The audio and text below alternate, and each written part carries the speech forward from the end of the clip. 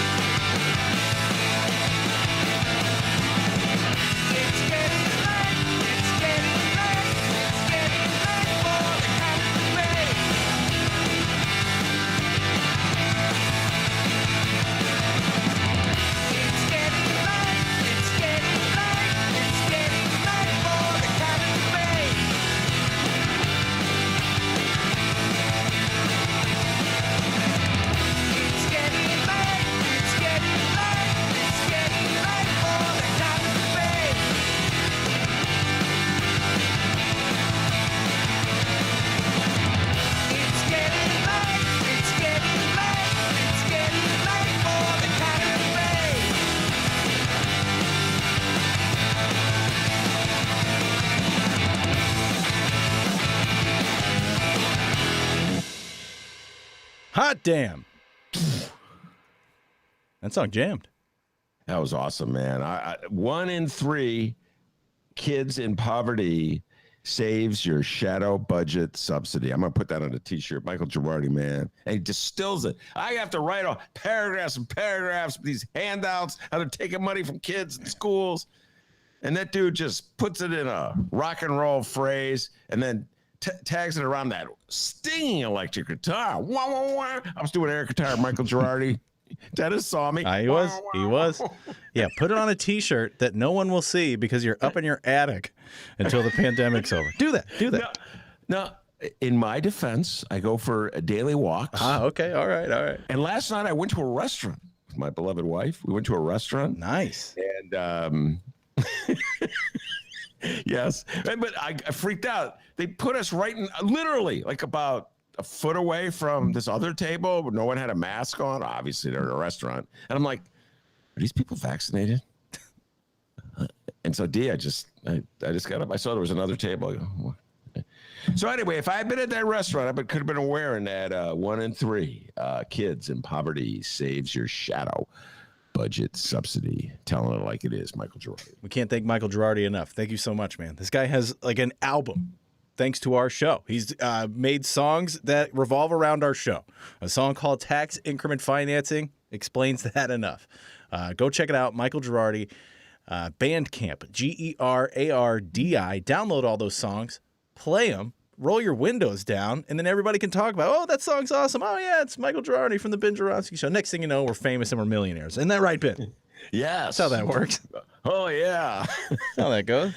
Yeah, famous and millionaires. Yeah, I'll just take the millionaire part without the fame. How about that? No kidding. You could be famous. I don't want that either.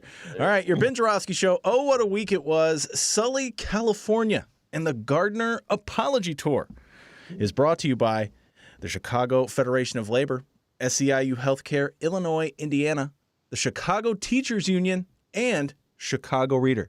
ChicagoReader.com for all things there is to know the city of Chicago. Where to go, what to do, what to eat, what to drink, what kind of pot to smoke, and so much more, including columns from our very own Ben Joravsky. Ben, I'm going to be asking you about your latest Chicago Reader column a little later on.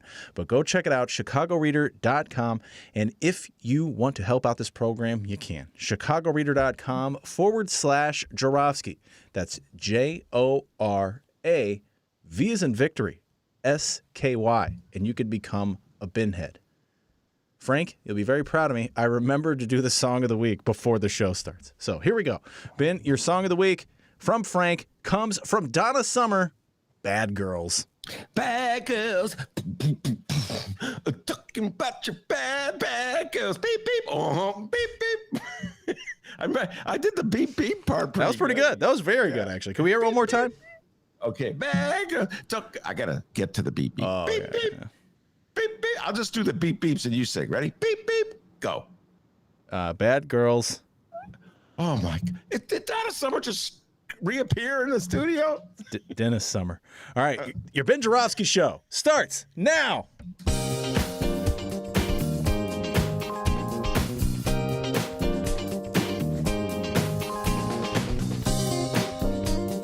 It is Friday, September 17th, and live from my apartment and his attic, this is the Ben Joravsky Show's Oh, What a Week! Sully, California, and the Gardiner Apology Tour.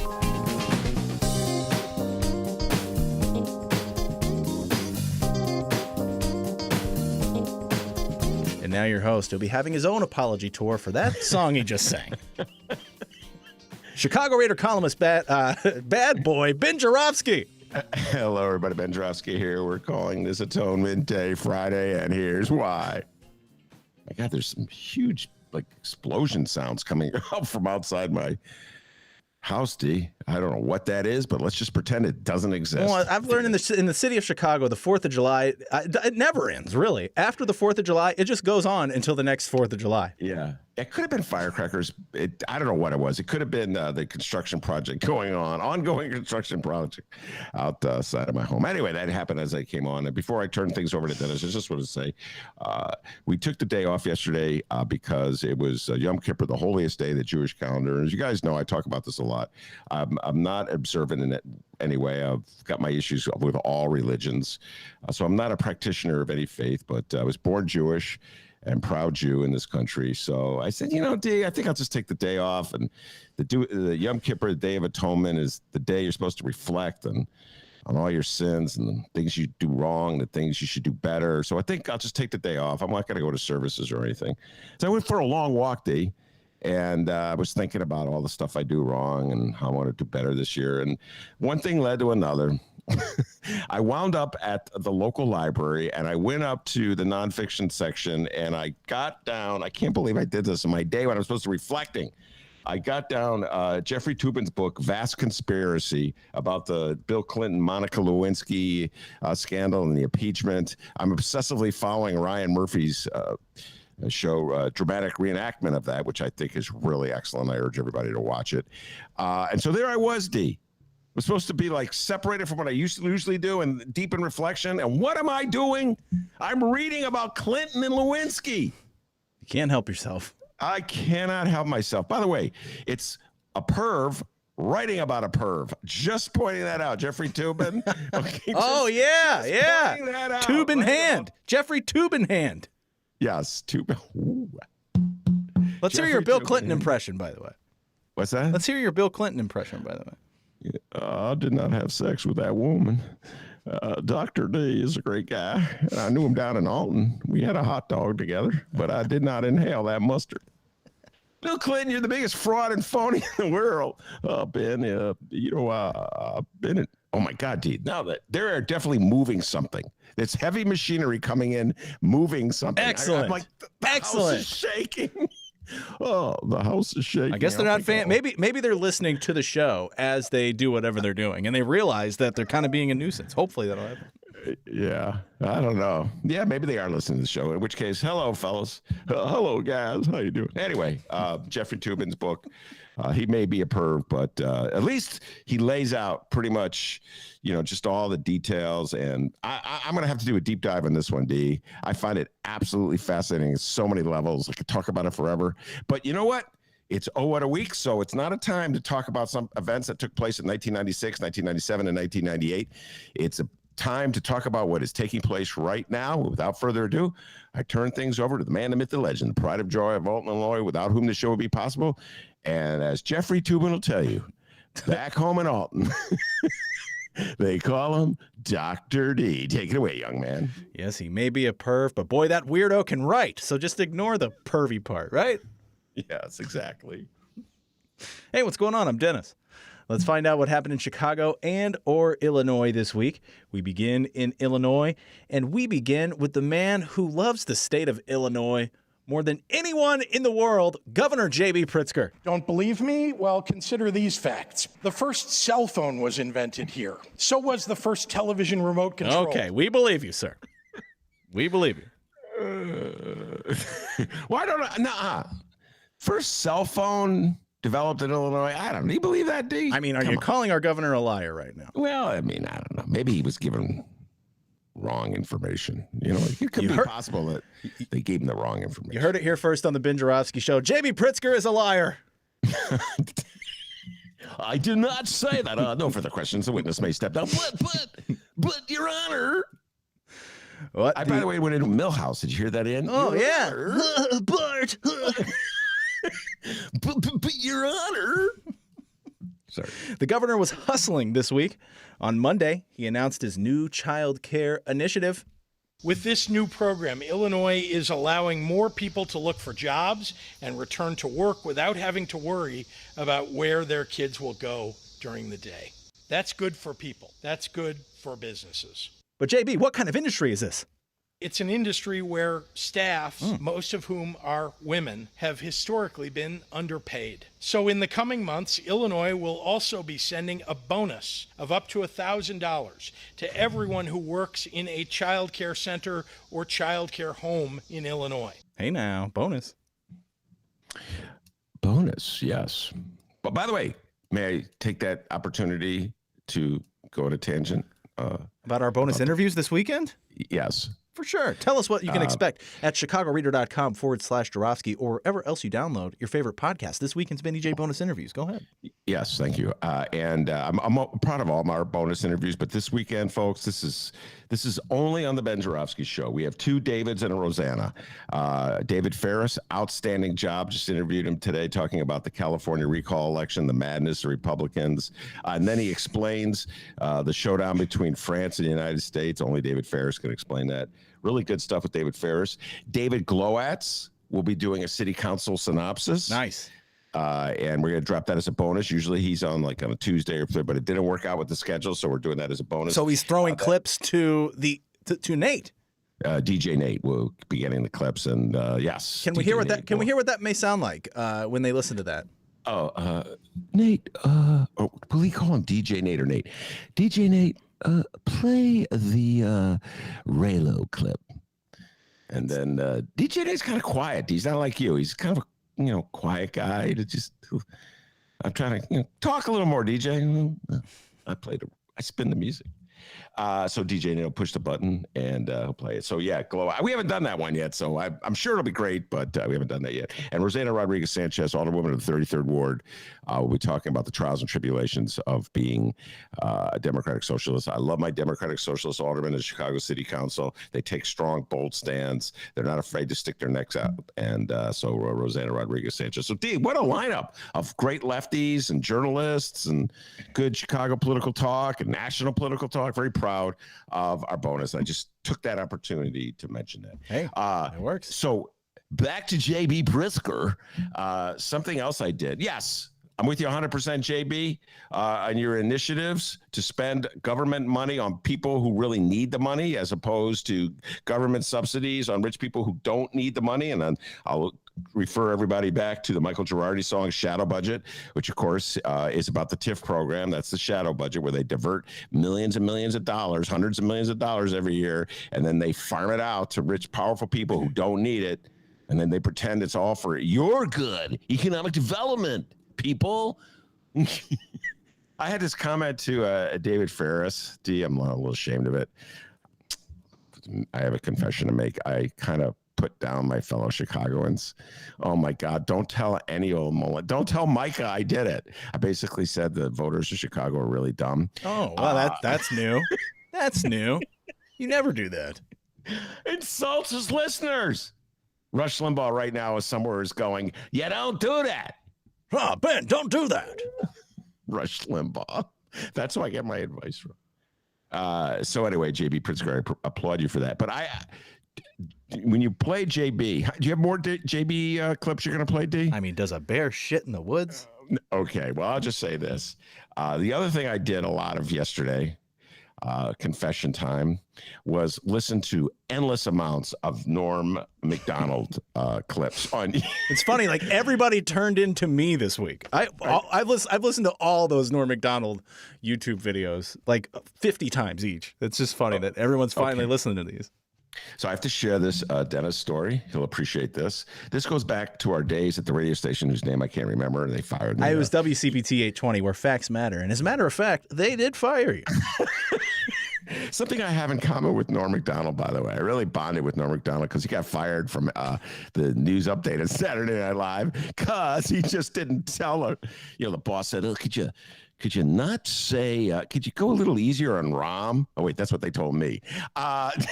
They told him the equivalent. Only him was, go a little easier on OJ. He got fired from Saturday Night Live, ladies and gentlemen, from the news update. Just follow me on this, because he was too critical of OJ. Just pause and think about that. So I can't really complain about getting fired from WCPT for being too critical of Rahm. You know what I'm saying, D? I mean, anyway. So, but way back when I first started, after every show, I would go, we were in different studios. So Dennis had the big boy studio where the manly men worked the control board. I'm a manly man. I push these buttons and do all these things. And I had like this little studio where just shut up and talk. Okay. Which makes no sense, by the way, shut up and talk. Anyway, so when I was done with my show, just think about that for a moment. But essentially that's kind of what they're saying, D. Just shut up and talk. In other words, don't talk about anything meaningful. Well, I heard that's the new slogan of the station, WCPT 820. Shut up and talk. WCPT, where facts matter. Shut up and talk. Anyway, so after the show, after we're done, I would leave my little Shut Up and Talk studio and walk down the hallway to the big manly studio where Dennis would be doing all kinds of things with buttons. And so, do you remember these days, D? I would sit down and enjoy a delicious avocado and cheese sandwich. Good. And we'd be chit-chatting, you know, while he was moving buttons and pushing levers. And those are the sounds that the machine made. That is. And then he would start telling me about Norm Macdonald. This is 2017, ladies and gentlemen. You never heard of no? Well, I kind of heard it. You never heard of Norm Macdonald? And then sometimes he would put Norm Macdonald on the YouTube clips. That's the first time he started playing me those Norm. This young man was utterly freaking obsessed with Norman Macdonald long before anybody was into him. And so then I got into him, and I sort of heard them all through Dennis. But, you know, then it kind of like got a little iffy with Norm Macdonald because he kind of said a few things that were politically incorrect and people got mad at him. So, you know, maybe I didn't admit it that I was at Norm Macdonald. Norm, sorry about that, but maybe I went a little underground. I watched his Netflix special at least 3 times, the one about Hitler's dog or whatever. And then when he died a couple days ago, I was stunned that there was just such an outpouring of love and appreciation for the guy, particularly from other comics, D. And I think what it is that the other comics realize that he had the guts that maybe they don't have. He got fired for making jokes about OJ. Wow. By the way, this house is really shaking. I'm not kidding. They are dropping some kind of heavy machinery out in front of my house, just sharing it with you. Oh, wow. Anyway, so I did a lot of watching of Norm Macdonald bits on YouTube, and I don't know if you noticed this, D, or maybe because you felt no compulsion to watch Norm Macdonald after his death because you've seen all these. I've been watching people talk like Bob Saget did like a 30-minute video just about Norm Macdonald. I watched that and just other comedians talking about him. Okay, well, I stayed away from those. Saget 30 minutes on Instagram. Wow, that was intense. Anyway, but many. It all comes together, D. This is the brilliance of the Ben Joravsky Show. It all comes together. So many of the Norm Macdonald bits on YouTube are preceded by 14-second ads for J.B. Pritzker. Did you know that? Oh, my God. Were you aware? Holy cow. No, I didn't.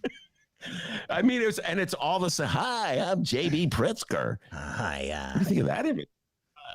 I got to work on my J.B. And I've seen the same ad like a million times. I can't remember what it is. And so you know how usually there's that little button where it says skip the ad? You know, before a YouTube bit, if there's an ad, after 5 seconds, you could skip the ad. And I'm looking for the skip the ad button, and guess what? There is none.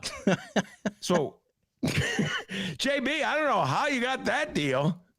So this is my way of saying JB Pritzker should be pretty tough to beat Republicans. This dude is just saturating YouTube. He has enough money to not skip the ad.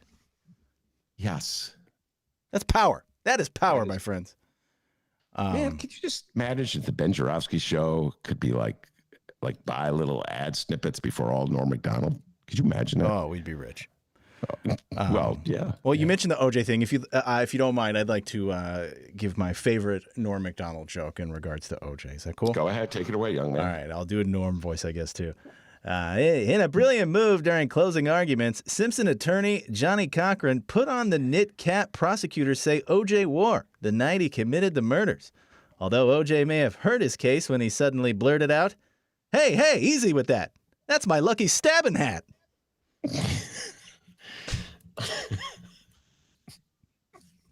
Good times.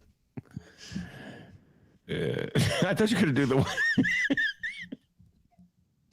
I thought you were going to do the one where, well, it's official. Murder is now legal in the state of California. Everyone's doing that one.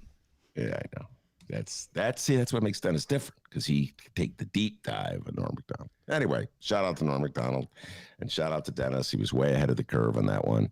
But my point is, I think a lot of the comedians respect Norm Macdonald because, you know, he let the chips fall where they may with his comedy, and he didn't cry about it. So he got fired for making OJ. Wow, that's could you go easy on OJ?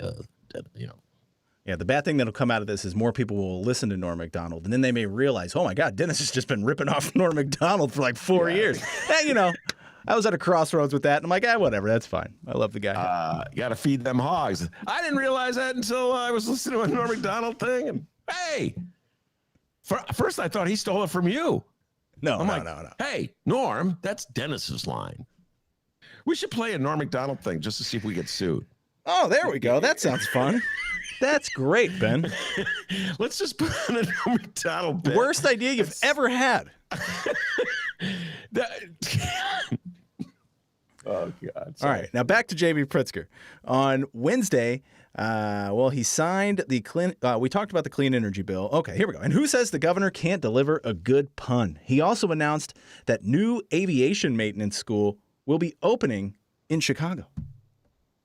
When it comes to the future of aviation in Illinois, the sky's the limit. Oh, see what he did there? I, for one, am excited to watch the AIM campus take the talent, diversity, and strength of our workforce to new heights.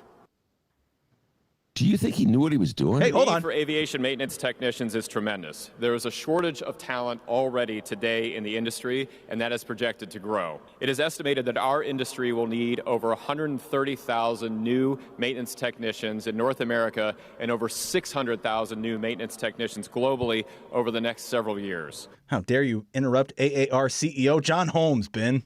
Oh, John Holmes? Okay, not the porn star. Okay, I was like, what? Guy gets around. I think that John Holmes died, by the way, that one I'm thinking of, the porn star. I think he may have passed. Good. I saw that article. Wait, do you think JB was intentionally? Oh, of course. They joke? wrote that. Those people wrote that. That's easy. Yeah. But JB didn't write it. Some speechwriter, some sometimes headline writer, freelancing for JB. Anyway, yes, good. I'm glad they're spending money on that. If that was a TIF subsidy, I could applaud that. I used to sit there, years ago at the Community Development Commission meetings, and with some couple other TIF geeks. And the Community Development Commission is an entity appointed by the mayor of the city of Chicago, and their job is to literally rubber stamp TIF deals. I don't believe they've ever turned a TIF deal down or ever rejected one. It's advisory, so they can't actually kill it. But their recommendation, I believe if they reject it, then it takes more votes in the council to approve it. Anyway, whatever. It doesn't matter because they're a rubber stamp. They're all appointed by the mayor. They applaud. They approve the TIF deal. So Michael Girardi, if you get a song out of this, you're a genius. I used to sit there with a couple TIF geeks. We sit through these really boring meetings where all this TIF propaganda would be sent out into the world, emitted into the world by the various payrollers at the planning department, telling us how great and wonderful this handout to some corporation was. And the TIF geeks and I would then have our own mini debate. We would listen to the arguments that the propagandists would make for the TIF deal, and then we would decide if we were on the Community Development Commission, and an unlikely event is that would be because we're not rubber stampers, would we vote for this TIF deal? And here's the thing, I was easier than the other guys. The other TIF geeks were tougher than me. Jeremy, I'm talking to you out there. I don't think you ever approved of that. This is ridiculous. We don't need this. So would I have voted for a TIF deal that gives money to build a training facility for the aviation industry? Yeah, I would do it. Yes, I would, D. I would vote for that. I could have the benefit of helping people who actually need help. Whoa, there's a radical concept in the city of Chicago. We're going to help people who really need help. That's crazy. So anyway, yeah, that's how I used to spend my time. So I would have voted for this one, I think, D. Yes, I would have. On Wednesday, he signed the clean energy bill into law. In short, with economic growth and jobs woven into its fabric, this new law is the most significant step Illinois has taken in a generation toward a reliable, renewable, affordable, and clean energy future in a generation. What do we have here, Senator Mike Hastings? We have increased high heat days. Oh. We have increased global carbon emissions. We have increased extreme weather events. Our world is changing, and inaction would be an injustice for all of us. That's why I'm very proud of this piece of legislation. Well, would I have voted for this? Yes, I would have. But there's parts of this bill, folks, we talked about this last week, D. Just kind of like a little handoff to ComEd. You know what I'm saying? A little subsidy, a little kicking something over to ComEd. Why are we prosecuting Michael Madigan again? I just throw that out there. ComEd got what they wanted without Michael Madigan. But I probably would have voted for it, D. Anything that promotes anything remotely resembling attacking pollution, I probably would vote for. We're going to have Jen Welling on next week to talk about it in greater detail. I'm not a big fan of nuclear reactors. Now, I know what you're going to say, Dennis. You're going to tell me a lot of people depend on these nuclear reactors for their job, their livelihood. That's what you're going to tell me. That was exactly it. And then you're going to say you have a good friend named Homer who has a job in one of these nuclear reactors. And Marge. Isn't that brilliant that they gave him a job in a nuclear reactor? But I get a little nervous with the nuclear reactors. I don't know if you guys saw this. There was an article in, where did I see it? I forget where I saw it. It may have been the New York Times. It may have been the time I got the Wall Street Journal. Remember the time? You stole your neighbor's Wall Street Journal. Let's just clean that up a little bit. It's not like I snuck out in the middle of the night and took it. The newspaper guy inadvertently delivered it. It make me look like a petty thief in the night, sneaking around. Sorry. You had the chance to give your neighbor the Wall Street Journal, go to his house and give it to him, but you decided to go into your house and read it and not bring it up at all. But okay. Well, my neighbor probably got my Sun Times, so I figured it was a swap. They got to read the beloved bright one. They were. I heard a lot of chuckling that day. Yeah, they were laughing at the punny headlines. Oh my God, this is hilarious! Californian dreaming. Anyway, so there was an article about this plant in Greenland. I'm not making this up to you. That's going to suck carbon out of the air. That's how that's how we're going to deal with climate change. Somebody's going to make money with a plant that since we can't do anything about putting the carbon in the air. Let's just get this machine. Hold on, I'm going to do a sound of the machine sucking. That's the sound. That was good. So, yeah, thank you. So I'm like, where can I invest in that? Does Robinhood can you get that on Robinhood right now? Anyway, that's how we're going to deal with it. And watch, MAGA will turn against that company somehow or other. MAGA will find a reason to be against that company. And in case if you were wondering if we could stop wearing these stupid masks. Face coverings. Face coverings. Sorry, Kevin. The answer in the state of Illinois is obviously no. J.B. Pritzker says it's still important to mask up in Illinois. They're not standing up for the health and safety of the people in their communities. As you've seen throughout this pandemic, there have been local officials who've been unwilling to stand up for the people of their communities on a mask mandate. It's perhaps now more important than ever as we have our children back in schools. Yeah, but how are the numbers looking? They've subsided a little. They've flattened a bit. Okay. Not the case numbers necessarily, but the hospitalizations. And so I'm pleased about that. But until they start to come down the other side of this, we can't lighten up on our mitigations. In related news, looks like there's a new anti-mask group in Illinois. Protesters opposed to the state's mask mandates in Glen Ellen have been confronting parents and children each day as they walk into the District 41 elementary school. And if you followed this show for a while, this next piece of news should really come as no surprise. The one leading this anti-mask group, it's me, Dennis. I'm just kidding. Obviously kidding. It's actually former Republican representative and gubernatorial candidate, the one, the only, Jeannie Ives. Wow. I'd not seen this news clip. You scooped me on this one, D. I had not seen this one. That is so twisted. They're confronting parents. Yeah. We took the deep dive with David Ferris on this, so probably going to repeat some of the things that he said. I'm just going to steal his great ideas and pretend I came up with them. But I can't believe, put aside the health issue here, I can't believe that Republicans think this is a winning strategy heading into the next election, particularly in the state of Illinois. Like confronting people who want to wear a mask or keeping school boards, local school boards that want to impose mask mandates, keeping them from imposing them, making a mandate against a mandate. I'm not. How is that a winning strategy? Yeah. If I don't you think believe in local control? picking on people has never been a good strategy to get people to vote for you. Yeah, no, that's so Norm Macdonald. I don't know. Picking on people.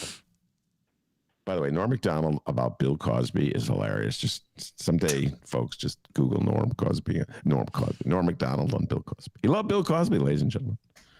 I don't think the hypocrisy is the worst part of it. Anyway, so yeah, I just don't understand why they think I don't understand why they think. Well, it's not good health policy, that's for certain. It can't be good politics, that's for certain. You just look like a bunch of bullies, which is kind of what the Republican Party is, even though they say they're standing up for liberty. And Jeannie Ives, why am I not surprised that Jeannie Ives, though, I guess we gotta give her a bit of a shout out, D, because she probably did as much as anyone to undercut Bruce Rauner in his reelection campaign. So, yeah, well, it wasn't that guy with over $1 billion that it was all her. Thanks, Jeannie Ives. Well, she helped. I said helped. I didn't. Yeah, remember the great debate at the Tribune where she kept. Oh yeah, this little shithead. Like, oh wow, Jeannie's tearing into him. That's Tribune's getting a little more like liberal in their edit. I of course was the only one who read their editorials before when they were lunatic. They were MAGA before MAGA. Maybe they're the only one reading them now, so I'm probably the only one who detected this slight shift to the left. And heavy emphasis on the word slight. But oh yeah, the Tribune loved it when Jeannie Ives went at Bruce Rauner. Yeah. The issue was abortion rights. That was before the pandemic, ladies and gentlemen. Jeannie Ives thought that Bruce Rauner was too liberal on abortion rights. She wanted to outlaw abortion in the state of Illinois. Yeah, that's going to really get you. By the way, Terry Cosgrove will be showing up next week. Oh, TC, Terry Cosgrove. Yes, I believe Tuesday. Don't quote me. Okay, I will not quote you. Yeah, I haven't memorized the schedule, but I cut a deal with him, and he's coming on. He's already told me what he's going to talk about, and he's already bossing me around. In other news, the Pritzker Please Reelect Me campaign has mandated COVID-19 vaccinations for workers on his reelection bid. The move is aimed at drawing attention to the differences between his handling of the pandemic and, well, his Republican challengers who oppose coronavirus mitigation mandates. And Thursday marked the fourth straight day with ICU beds filled to capacity in the state's least vaccinated region, Southern Illinois, which is home to more than 400,000 residents. Including Dr. D. Well, was home to Dr. D. We got to bring Dr. Pamela back, our downstate physician for Medicare for All. Coolest doctor, it may be the coolest doctor in the state of Illinois. Get her thoughts on mandates, get her thoughts on the ICU beds that are filled up. I mean, Dee, we kind of predicted this was going to happen, didn't we? But I mean, I don't want to be right about this. This is not a moment to gloat. David Ferris, again, stealing from him, had a whole riff about the political fallout between the vaccinated and the unvaccinated, and how, in his humble opinion, at some point it could get really ugly, even uglier than it is, with the vaccinated really turning on the unvaccinated. I experienced a little bit of that, D, when I said some nice words about the bridge lady who died on Tuesday. Oh, yeah? I said the nice words on Tuesday. They ripped into you, huh? I got it from a few people who will remain nameless, giving me grief that I was sticking up for her. And she, of course, was a lefty who went right, ended up in QAnon country. She, politically speaking, lost her mind. She died of COVID-related. I think pneumonia eventually did her in, and she became a huge symbol of resistance on the part of a whole bunch of lunatics and assholes. I don't know what else to call them, part of the far right QAnon movement, including Michael Flynn, the former national security advisor to Trump. But as I said, I have a soft spot in my heart for the bridge lady, because I remember when she was championing lefty issues. I remember when she championed me when I got fired from the station, and she was anti-TIF, et cetera, and so forth. So, but I know there's a lot of anger that's growing. And vaccinated against unvaccinated, it's like a mini civil war. Yeah. And it's ugly. And politically, it's hard for me. David Ferris is making projections and predictions about where it's going to go. Don't want to give too much away. Got to go listen to him say it.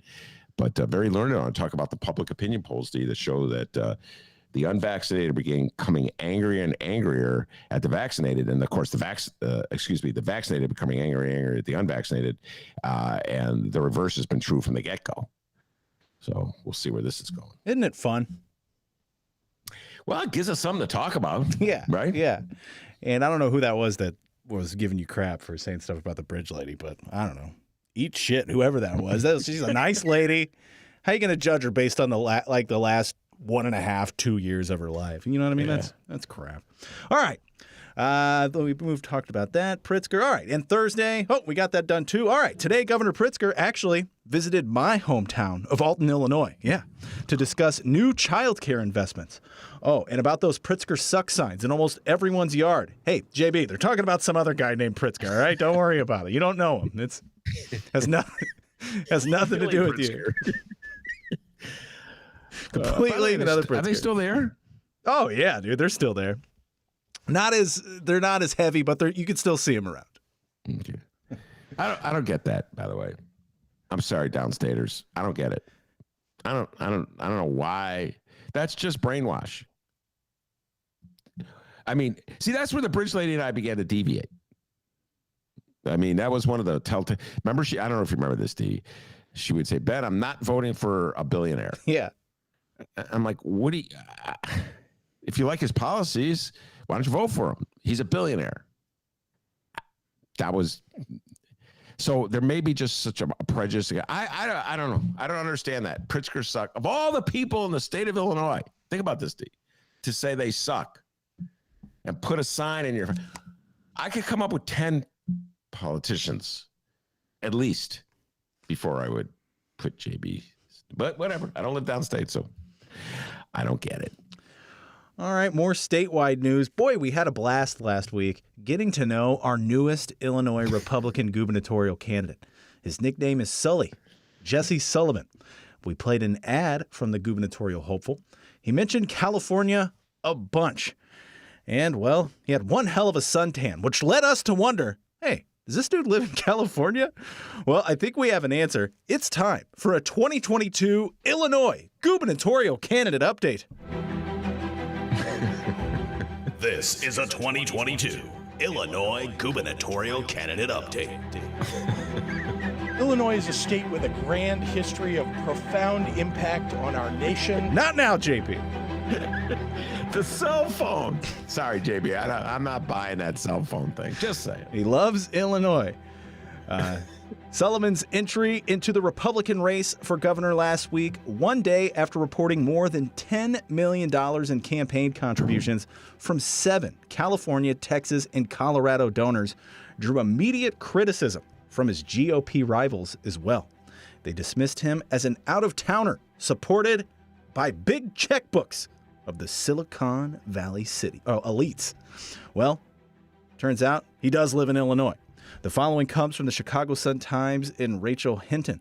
Republican gubernatorial candidate Jesse Sullivan pushed back Monday at characterizations of him as a West Coast hippie. No, I put that in there. West Coast venture capitalist, insisting that both he and the business he founded are based in the small central Illinois town of Petersburg. While voting records do show Sullivan has lived and voted in downstate Menard County for at least the last 5 years, the main location of his business is murkier. Social media accounts and the company's own website list Alter Global as being headquartered in San Francisco or the Silicon Valley. But Sullivan and a spokesman for his campaign said that is primarily for marketing and branding purposes. You see, no one wants to buy a business in Illinois. They want to see that California thing. Marketing. Unbelievable. California, man. Illinois sucks. California's cool. Documents released by Sullivan's campaign on Monday included a birth certificate, showing he was born in a Springfield hospital in 1984, as well as proof of his home ownership and taxes paid on the Petersburg home from 2016 to 2020. A review of Sullivan's voting history shows he voted in the central Illinois town of about 2,200 in the last 3 November elections, 2020, 2018, and 2016. He also voted in last year's Republican primary, according to records from the Menard County Clerk and Recorder. Earlier, he also voted in the 2008, 2010, and 2012 general elections and the 2003 consolidated election in the downstate city. To quote John McEnroe, what a joke. What a freaking joke. D, you hit it on the head. Dude, you're a venture capitalist. You create a company called Alter Global, which is going to freak MAGA out, global being in the title. Okay. MAGA's not really into global things. And you created it in San Francisco.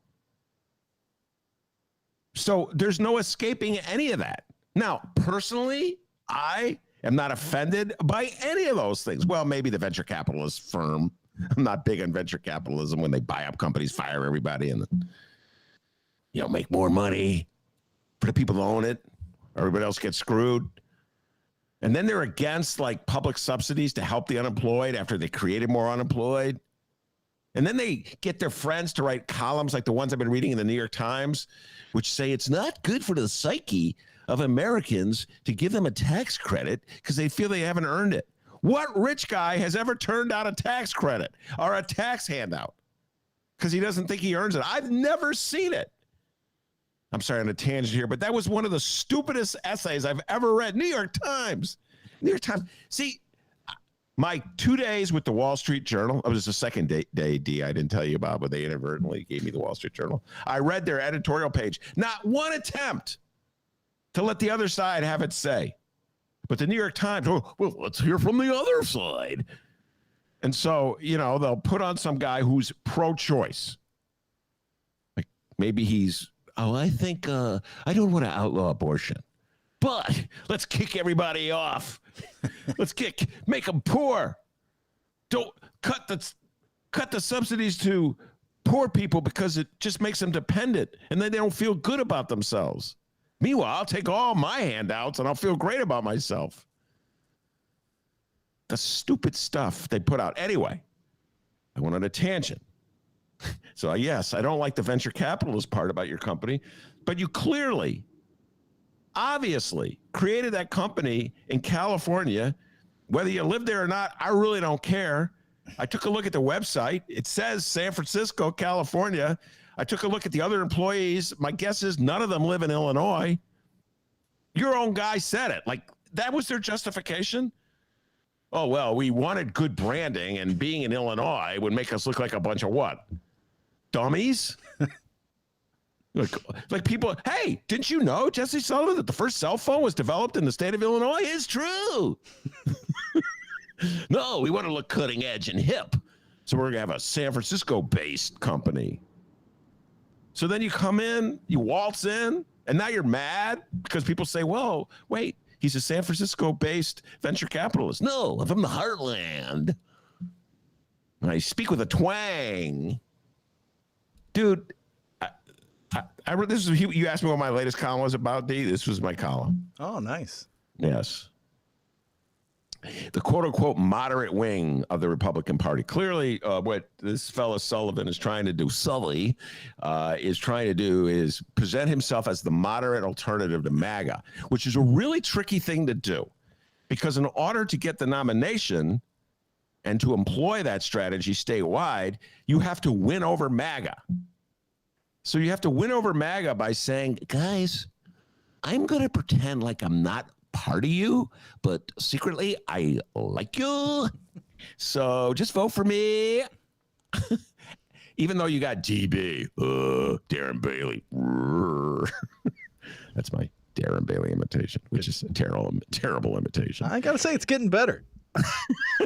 He's got a higher voice than I always give him credit for.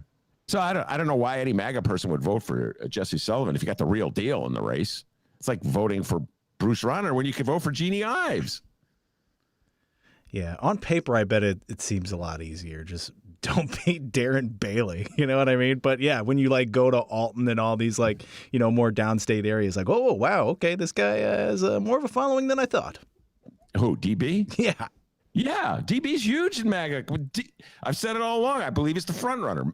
He is out and out MAGA. He espouses all MAGA. If I'm a MAGA guy, I would vote for DB. Wouldn't vote for Jesse Sullivan, Sully. Right? Did DB take his farm and move it to Bakersfield, California? Hi, I'm Darren Bailey, and I have a farm in Bakersfield, but I'm really from Illinois. Jesse Sullivan, you must think the voters in Illinois are dumb. Well, I got in trouble for saying the voters of Chicago are dumb, so you got to admit, Jesse, they're not that bright if they voted for Rahm. Twice. Not once, but twice. Hey, friends, are you ready for government to dictate and control your lives again? Darren. You're one step closer. J.B. Pritzker, our tyrannical governor, just issued more mandates today. Friends, that's not right. That's not what government is about. Government is to inform and educate. We decide. God bless you. Yeah, so Sullivan's like, how do I not sound like that guy? That's DB. That's the real deal. DB, by the way, feel free to use that line, but got to give me credit for it. Could you imagine if suddenly we became a hit with MAGA D? Can you imagine if Darren Bailey actually listened to this show? Oh, nobody talks more about DB than we do. That's true. Up in Chicago, the media market, you talk to most Chicagoans who don't listen to the Ben Joravsky show, they have no idea who DB is. I know this because I talk to a lot of people who don't listen to my show. Wait a minute. You're still doing a show? I thought they fired you. Well, they did fire me, but I still do a show.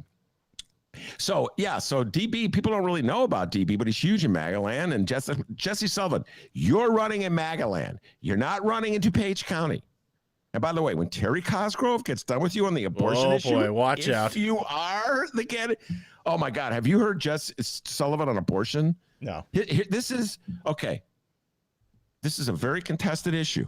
People feel very passionately about it on both sides. I'm very pro-choice, so you know the side I'm on.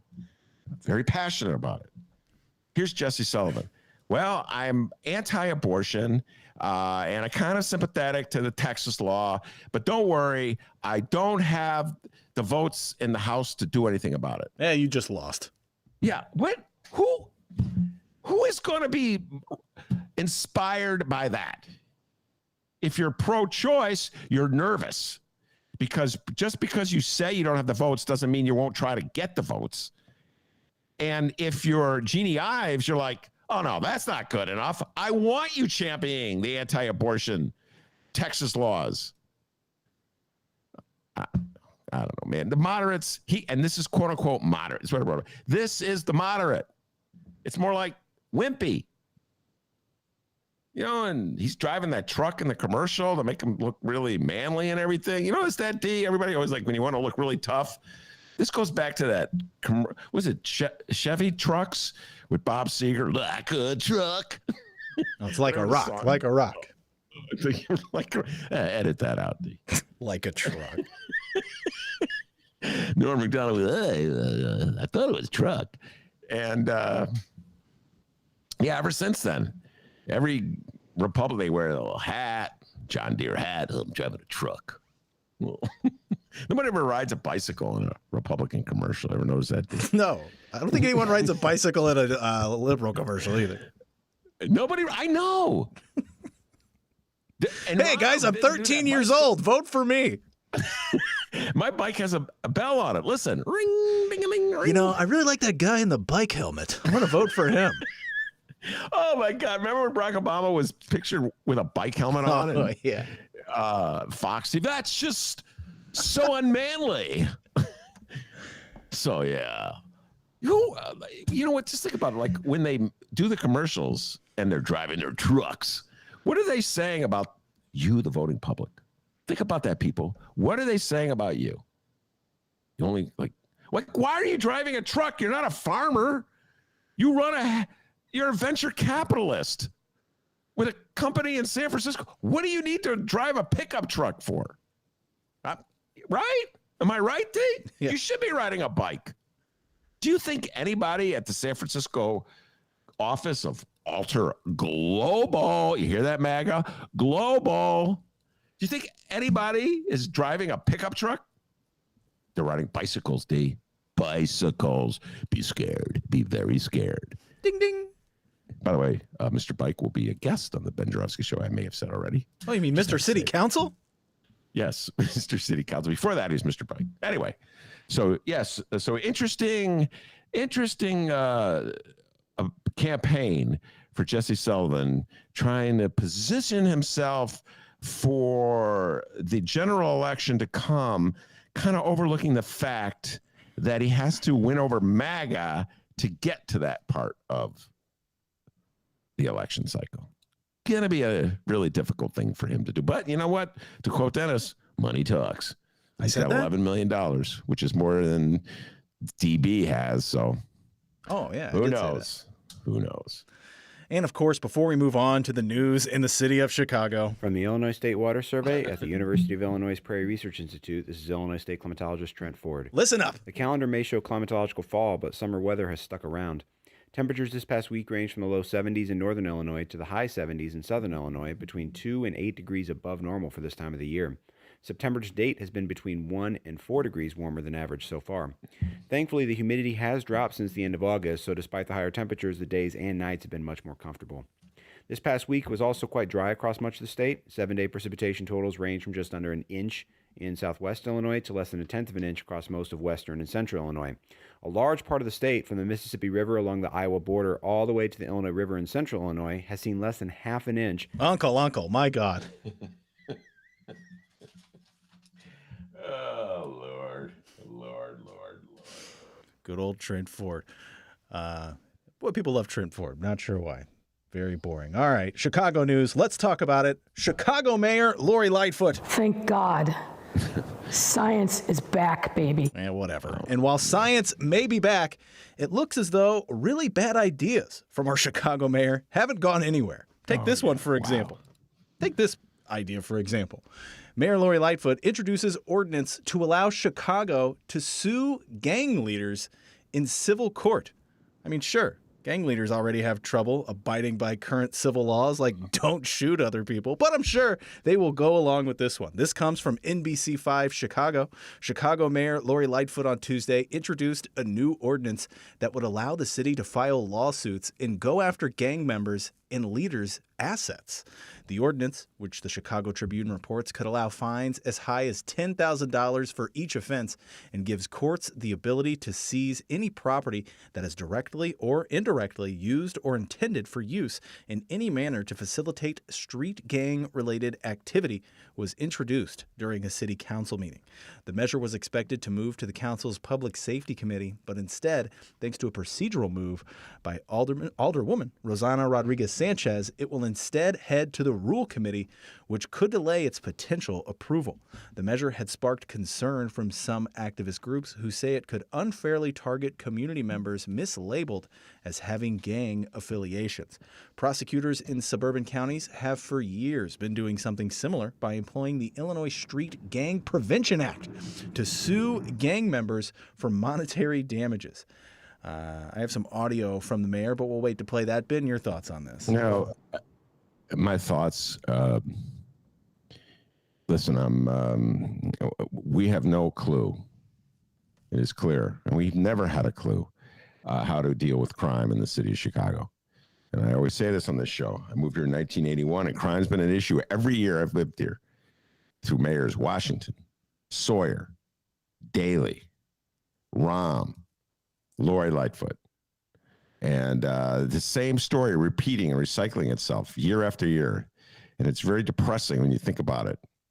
That's why I try not to think about it. But I have it easier than my dear friend Mark Sims, who wants to come on this show and talk about how in a high crime area, people have different attitudes about it because they're facing literally the gun. Mark makes fun of me for when I go on my walks at night because he says he can't do it in his neighborhood. Oh, I just think he's lazy. Anyway, sorry, Mark, I didn't mean to say that.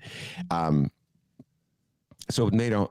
I think that Lori Lightfoot has no idea how to deal with crime in Chicago, and clearly Rahm never thought about it when he was mayor. So, this notion that somehow or other, if you take a gangbanger to court to seize his assets, it's going to stop shooting. First of all, half the time they tell you it's like every other thing, a mixed message, D. So when there's shootings, heavy shootings, and the murder rate goes up, the number of people go up, I'll read articles in the Sun-Times and the Tribune where learned criminologists, cops, we talk about how in the old days there was more control over the gangs because they were centralized and there was like a handful of gangs. And now what's happened is that they're decentralized, the gangs. And so there's like mini gangs and there's no commanding boss that keeps them in line. I mean, I read this stuff, D. These are the experts. So, okay, so who are you going to sue then? So on one hand, you're saying the problem is there's no centralized gang authority, which would suggest that a powerful, rich person is the cause of the shootings. And now you're saying, well, we're going to sue the central authorities that you just said don't exist. So we're all over the map. And Sharon Mitchell, who the public defender for Cook County, was a guest on this show not too long ago, put it best in one of the papers. He said you're going to end up stealing, you're going to end up forcing some grandmother to give up her what's the car he said, Camry, I want to say. And that's true. It's just going to be another tax on poor people. We love taxing poor people.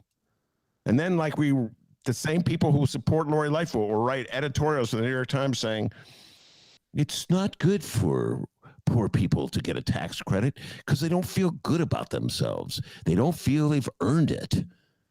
God, how could you guys write this stuff? I've never seen a run back on this one. I've never seen a rich guy turn down a handout. Do you realize, rich guy who wrote that dumb essay for the New York Times, that in the 1980s, Spy magazine played a trick on Donald Trump? Did you know this story, Dave? I know I may have said this to you. Spy magazine, which doesn't exist anymore. I'm showing how old I am by even remembering it.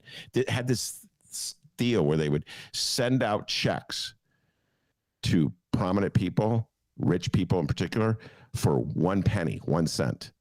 And the thing was, would they cash them? And they would then make up Billy Bob Plumbing Services said, we realize you overpaid by 1 cent. Here's your check. We apologize. And so they would see who would cash them. Trump cashed his check. Proving my point. They'll take anything coming their way. So here we are in the city of Chicago, supposedly an enlightened, progressive city that's thinking about helping the people in the greatest need. I know what we'll do. Well, we'll sue more poor people. That ought to clean up. There you go. We'll go sue some poor people. That'll shut them down. There you go. That'll bring the murder rate down. I've seen every dumb idea in the city of Chicago tried when it comes to policing. And people keep shooting each other. I don't know. You may want to try something like helping people. Just throwing that out there as a suggestion. Maybe jobs for people. Silly me. Yeah, that's stupid. That's stupid. Yeah, it's really stupid. Yeah, you're going to see 15-year-old kids or just the wrong people getting accused. And yeah, like you said, poor people. Yeah, good call. Yeah. It'll be the mother or the father or whatever of some kid. It will be facing another fine. Let's sue more poor people. Ooh, there's a good idea. Suing poor people. I don't know, Lori Lightfoot, where you came up with that one, but why don't you just let it quietly die? And by the way, shout out to Rosanna Rodriguez. Should be our guest later today. Drop that one over the weekend for kicking it to the Rules Committee. A lot of guts there because, the law and order types in the 33rd Ward are going to be coming after her. Her re-election battle will not be easy one day. And they're going to be trying to milk that one. She's weak on crime. And all these North Siders. I believe Lori. They love Lori Lightfoot in the North Side. Take it away. And Mayor, before you quietly back down from that one, let's loudly play the audio from Mayor Lightfoot. What we are proposing is a tool in civil courts that gives us the opportunity to go after those gangs that are wreaking havoc and in particular, take away the profit motive from them by seizing assets that they have been able to purchase because of their violent activity in our neighborhoods. What was that? Yeah, it's from Fox 32. I just played it off YouTube. Sorry, Flannery. Flannery, let's see. Using lawsuits No, it's not against Flannery. gangs has. Flannery be like, I bet it makes sense to me. Willie Wilson. Sorry, my Flannery imitation. Yeah, no, I don't know. Lori, let's just quietly let that one. Look, if you got the goods on some big shot gangster, if you got the goods, you could sue him already. You don't need a special law. If you got the goods on somebody, if you think somebody's illicit gains enable them to build an empire, you can already go after him. My God, isn't that why Al Capone went to prison in the first place? Showing my age here, D. They got him. They got Al Capone on taxes. Did you know that, ladies and gentlemen? Yeah, they got him for not paying his taxes. So I don't know. I thought the law already existed. No, let's create a new law that enables us to make life miserable for people whose lives are already pretty miserable. Boy, I tell you, these gang members just aren't showing up for court. What's going on? Like, yeah, they like don't care about the law. That's true. Oh my God, where's Norm Macdonald when we need gangbangers? No, he sued this Like some guy. I gotta get my tie on and get all tuck my shirt in. I'm gonna go to court. Like, no, it's just silly. Why are you expecting them to abide by these rules when they don't even abide by, like, you know what I mean? It's a good point. All right. Oh my Lord, what a city! What a city! Good times, huh? All right, and more news from this week's city council meeting, which means it's time for another episode of everyone's favorite Chicago political soap opera. It's episode 746 of A Mayor and Her Alderman. A Mayor and Her Alderman. Thank God. Science is back, baby. Well, my apologies. It's actually episode 745.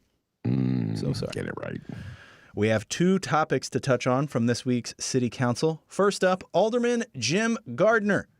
I hope you enjoyed your summer because it looks like you are headed for quite the fall. Am I right, Ben? Am I right? Yeah. The following comes from the Chicago Sun-Times and who else? Fran the Woe-Man Spielman.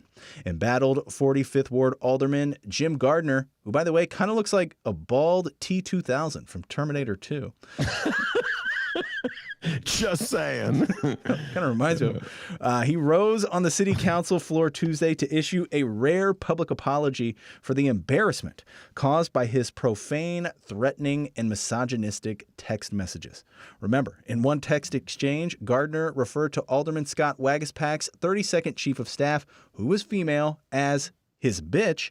And in another text, Gardner calls Alderman Tom Tunney, 44th Ward, the city's first openly gay alderman, by the way. He called him a bitch and adds, fuck him, says the apparent straight alderman. By the way, yes, although the victim in this situation, Alderman Tom Tunney, he was the douchebag who secretly opened up his cinnamon roll restaurant to the public during the pandemic. We're not forgetting that, Tunney, all right? While telling other restaurant owners in his ward that they couldn't open up their restaurant. All right, now on to the apology from Jim Gardner. And sure, right after he did this, we learned that Gardner will be the subject of an FBI probe. But listen, this is genuine. He feels sorry, okay? So here is the apology from Gardner. Gardner said, I stand before this body to offer my sincerest apology for the pain and insult that anyone has endured as a result. I take full responsibility for my offensive words in those messages. Unfortunately, those comments do not reflect my values or the efforts of our team who work to make our ward a better place. And for that, I'm deeply sorry. I want to make it clear that I have never acted on those rants. However, they should not have been expressed. It certainly was not my intention to demean anyone. Ben, your thoughts? Yeah. We've had this conversation about Jim Gardner, our alderman of the 45th Ward. We had Ann Emerson on. She is the Finance Committee staffer, Scott Waguespack's aide, who Gardner insulted. She was a guest on the show. He also insulted Joanna Klonsky. He's been a guest on the show many times. Good friend of the show, Joanna Klonsky. And the the key is never acted on these rants. I don't know if rants was the word, but never acted on. It was something he said. And so what they did, somebody got a hold of his texts that he was exchanging with an unnamed former aide. And it's been published on a website, local website. And Black Club has picked it up and run with it. Give Black Club credit for doing a good job of writing and reporting on this. So it looks as though he had fallen in the habit of texting his just like vilest, most like raw, crudest thoughts, and like if the name of somebody would come up, he would just spew venom at him. And so his point is like, well, I was just spewing venom. I didn't really so there was residents who said that he wouldn't deliver. He like said, oh, look, F that bitch, if they try to get like a garbage can. And so he's now saying, well, I didn't really mean that I would seek vengeance. I was just spewing raw vengeance. I don't know. This dude is troubled, D. It's not the kind of attitude that you want to see displayed by anybody, but in particular an alderman who does have power over the lives of many people and is supposed to be, an example, a public servant. So it's kind of frightening in many ways. And all of a sudden, I don't know, the FBI coming in on him, investigating him, and the Board of Ethics, I think, is investigating him as well, to stand up and read this. It's going to take a little more than that, in my humble opinion, to convince people, that he's not a lunatic. And I'll just repeat this. I say this all the time. The predecessor to Gardner was a gentleman named John Arena. Yeah. And John got booted out of office because he was supposedly too nasty and mean to his constituents. Hey, 45th Warders, how's that done for you, huh? Yeah, old Saint Arena. Saint Arena. The Prince of Peace, as we like to call him. He had a temper. Come on, Johnny Arena. You knew you had a temper. But what is it about the 45th Ward? Good God. There's something about the 45th Ward. I mean, that is the ward technically that fired you. So, I mean, what is with the 45th Ward? For the record, John Arena, the alderman of the 45th Ward at the time I was fired, had nothing to do with my firing. Nothing to do with it, okay? But there, man, 45th Ward, I don't know. Got to look in the mirror, 45th Ward. And the guy before Arena, Patrick LeVar, what a piece of work that guy was. Patrick LeVar was a big machine guy. It's like doling out TIF deals to anybody who wanted it. Well, any crony who wanted it. So I don't know. 45th Ward, weird ward. Man. Just saying, guys. Just throwing that out there. People who've elected. I like Johnny Arena, though. I'm on the record. I like Johnny Arena. I'll tell you John Arena's story. 45th Ward is on the far northwest side of Chicago. It just sort of symbolized white people. And it was the ward, I think it was in the 45th Ward, where Harold Washington, when he went to church on a Sunday, was booed. The parishioners booed Harold Washington. Oh, there you go. That's a lot of love in the hearts of the 45th Warders. So John Arena was elected alderman, and I want to say 2011. Don't quote me on that, D. I was at this, the Progressive Caucus had a budget hearing on the South Side at South Shore High School. And this was an alternative budget to Mayor Rahm. And who walked into this meeting but John Arena? I almost fell out of my chair. Like the alderman of the 45th Ward would be on the South Side of Chicago. It just was so inconceivable. So I always gave Arena credit for taking progressive stances in an area that had traditionally been very conservative. But I don't know what Jim Gardner stands for politically, and but his behavior behind the scenes is just atrocious. And finally, this week's city's aldermen were faced with a rather unfortunate dilemma: whether to accept a nearly 5.5% pay raise for next year that will kick the highest paid among them to a salary topping $130,000. Yes, that will solve the apparent problem of being just a little too drunk with power. More money. You see, that's why they shake down Burger Kings and open their cinnamon roll shops during the pandemic and take advantage of tax loopholes. They need more money, guys. They're hurting, man.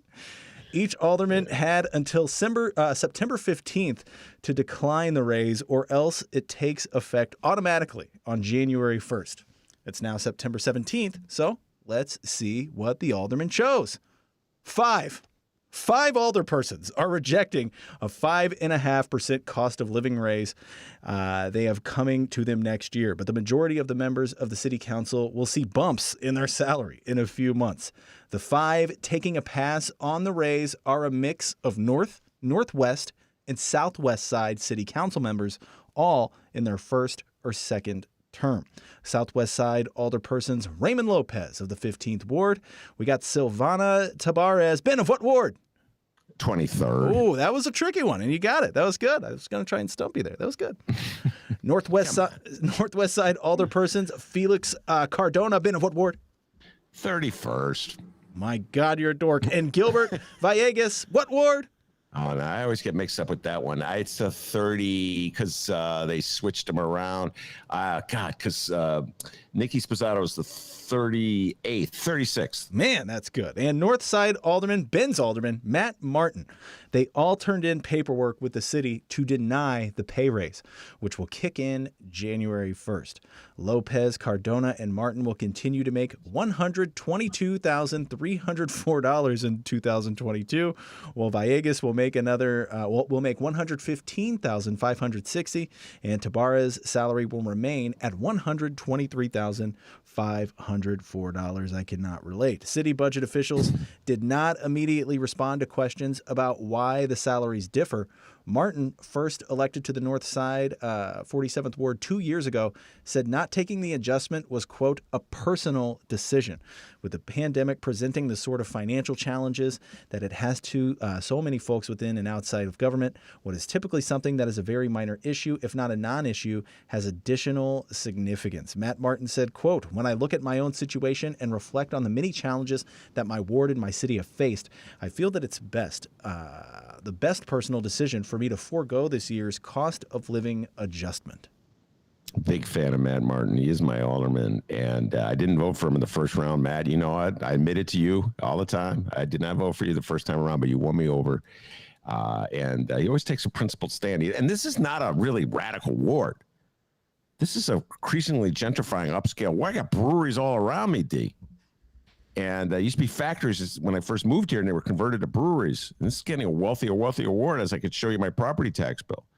So it's a wealthy ward that he represents, and he's usually standing up for progressive issues and standing up for poor people. So I'm a big fan of Matt Martin. And but I don't know, D. You know, I guess I give them all credit. The 5 who turned down the raises. I'm probably gonna write a column about this. I could see the comments. It's like the weird things that Chicago fixates on. You know what I'm saying, D? Mm-hmm. It's like we're fixating about whether this one gets a $5,000 raise or that one gets a $10,000 raise, or whether or not, you know. And meanwhile, then $1.2 billion for Lincoln Yards. Here you go. I'm not embarrassing anybody, but I'm pretty sure that Raylo voted for that Lincoln Yards deal. So I don't know, Raylo. Could have saved a lot of money. You want to help look out for the taxpayers by not voting for that TIF deal. Pretty sure Villegas voted for it as well. Not sure. I don't think the others were in. I know Matt Martin wasn't in office when it went down because it was the last day of Rahm's reign. So I'm just saying, we're just kind of this is what I'm saying about Chicago is we get these symbolic fights. Will he take the $5,000 raise or will he not take it? Meanwhile, $1.2 billion for some rich guy? Yeah, go ahead, take it. By the way, they're getting ready. There's a plan in the South Loop that would build a railroad depot that you never knew you knew as an excuse to have the infrastructure to build some hot skyscraper. That's going to get so much of a subsidy if it goes through. Nobody's talking about that. You know what I'm saying, D? You guys are weird in Chicago. You know? Like, just, there's a kind of connection. You guys really go for the symbolic stuff. Like, will your alderman take a $5,000 raise? That's really important. Or let's sue some gang member. You know, I don't know. I don't get it, D. But I do know this. This will be an issue in the next election as people run against the alderman who took the money. You watch, D. I wouldn't have taken. He raised your taxes to get a raise. By the way, I want to give a shout out to Byron Sixto Lopez. I got a press release from him. He claims in the press release, and I don't think he's lying, I think Byron's a truthful guy, that he took the raise and he gave it to his staffers. You see this, D? I just saw this before I came on the air with him. Yeah, he took the raise and he's giving raises to his staffers, which, you know what? That's a cool thing. Yeah. That's a cool thing that you did, Byron. You know, that staffers live in Chicago. They don't make a lot of money. They make like 50 grand. And I'm sure they work hard. They're the ones who answer all the phone calls. People call, there's a pothole on my street that must be fixed right away. Hurry up. And it's the staffer that answers that calls and delivers, the message. So shout out to you, Byron Sixto Lopez. Once again, my Democratic Socialist Alderman D leading the way. So good job, Byron Sixto Lopez. Yeah. Let's get a story on that one, Byron Sixto Lopez. That's good times. All right. Now, have you seen what Rob Mcguivey said about this? Did not see that, but tell me what he said, and I'll give you my thoughts on it. All right. Our former Illinois governor took to Twitter about the recent alderman raise news. 2 tweets here. He says, Chicago, less and for police, more money for socialists. They defund the police, but increase funding for themselves. All 5 socialist members of the Chicago City Council are getting a 5.5% pay raise, and they all are taking it. Less money for the police, more money for socialist politicians. And then he puts in all caps, do they deserve a pay raise? Nearly 3,500 people shot, nearly 600 killed, a record number of children shot, and the Chicago City Council just gave themselves a 5.5% raise. And the 5 socialists, they are all taking it. Yeah.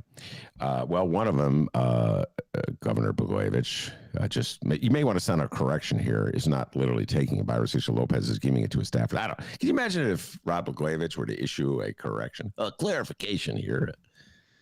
By the way, so let me just point something out. Rob Mcguivey, former governor of the state of Illinois, did 8 years, and then was let go out of federal penitentiary thanks to Donald Trump. And then he's become Donald Trump's leading cheerleader in the state of Illinois. I would argue, or have argued, that if he were allowed to run for governor on the Republican primary, he would be victorious. I believe he would beat Darren Bailey, and he would definitely mop the floor with Jesse Sullivan. And he has moved far to the right, as you can see. But what he won't tell you is that he owes absolutely everything he ever gained in politics to a man named Richard Mell, who is the former alderman of the 33rd Ward, former committeeman of the 33rd Ward, who stepped down as alderman to turn things over to his daughter, Deb Mell, who is Rob Blagojevich's sister-in-law. Are you following me on this, people? All right. And the 33rd Ward is now represented by Alderwoman Rosanna Rodriguez-Sanchez, who will be a guest on my show in a little while. She defeated Deb Mell in a very close election, and that ousted the Mells from power in the 33rd Ward. Before then, Dick Mell was ousted by in a runoff for committeeman. D, do you remember who defeated AG for AG? Aaron Goldstein. Yes, AG. The meanest 3-point shooter in all of Albany Park. Very good. Yes, played for Lane Tech. Coming off the bench, Aaron Goldstein for 3. So anyway, Dick Mell. So when Rod Blagojevich sends out this text blasting Democratic Socialists, he's gearing up for the Mell resurgence. They're going to run someone against Rosanna Rodriguez-Sanchez. Wait, you think he just did this for the hell of it? Come on, Chicago, wake up, smell the coffee. So yeah, the Mell clan, maybe they'll run Blagojevich against Rosanna Rodriguez-Sanchez. Maybe they'll run Blagojevich, but it'll be someone supported by the Mells and Rob Blagojevich running against Rosanna Rodriguez-Sanchez. And that they're going to combine it to cuts in police, more police, and less money for aldermen. That'll be their campaign. What a city. And Rob Blagojevich will be leading the charge. And people in the 33rd Ward, well, Ben, you have a point. So I just wanted to do a little annotation of that Rod Blagojevich text. Or no, it was a tweet. Excuse me. It wasn't a text. And my apologies for the delay. Aaron Goldstein for 3. Oh! Ben Joravsky gets the rock. Oh, my God, he misses. HG for 3. Good man, Aaron Goldstein. And that is it. Oh, wait, hold on. Our dear friend, Mike Girardi, whose music you can find at Mike Girardi, Gerardi, Bandcamp. Just look that up. You will find several songs themed after The Ben Joravsky Show. He has a new song. We played it earlier. We played it in the beginning of the show, Michael. Maybe I'll play it when we go out here as well. But he asks, hey, please, he tuned in late and he said, please tell me I did not miss the Illinois crop report. Well, Michael Girardi, do not fear, my friend. 33% of acres were dropping leaves compared to 19 normally. Soybean conditions declined from last week and were rated 11% very poor to poor, 28 fair, and 61% good to excellent. Wait, there's more. For corn, 93% of acres have reached the dent stage or beyond. 51% of corn acres have reached maturity compared to 37 normally. Corn harvest is now 1% complete. Maturity.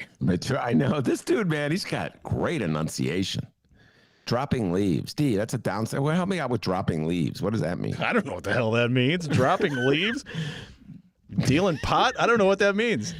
Is it like trees? I don't know. What do I know? I'm not a, farmer. But anyway, I really love that report. And yeah, thank you, Michael Girardi, for reminding us. Yeah. Heads would have rolled at the Ben Joravsky Show. That is not. No kidding. All of our crop heads would have been like, what the hell? I'm done listening to this show. But that is our program, guys. Remember, you can download previous Ben Joravsky shows, Benny J bonus interviews, and so much more. Over 1 million downloads, by the way, guys. Go check it out. ChicagoReader.com/Joravsky or wherever else you download your favorite podcast. You can always send us an email, BennyJShow@gmail.com. Tell us what's on your mind. You can reach us on social media at BennyJShow, BENNY, the letter J Show. For some reason, I forgot how to spell your name. BENNY, the letter J Show on Facebook, Twitter, and Instagram. And you can call this program. It's true. 708-658-4788. That number again, 708-658-4788. We'd love to hear from you. All right, outstanding job. The man, the myth, the legend, the pride and joy of Alden, Illinois. And as David Ferris, David Glowatz, and Rosanna Rodriguez-Sanchez, who will be our bonus guests this weekend. What a lineup we have, ladies and gentlemen. Back home in Alton, they call him Dr. D. Give yourself a raise. Yes, give yourself a raise. Take it out of petty cash. Have a great weekend, everybody.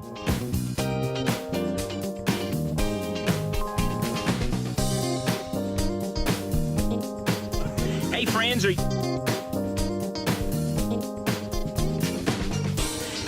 are you ready for government to dictate and control your lives again? You're one step closer. J.B. Pritzker, our tyrannical governor. Thank God. Thank God.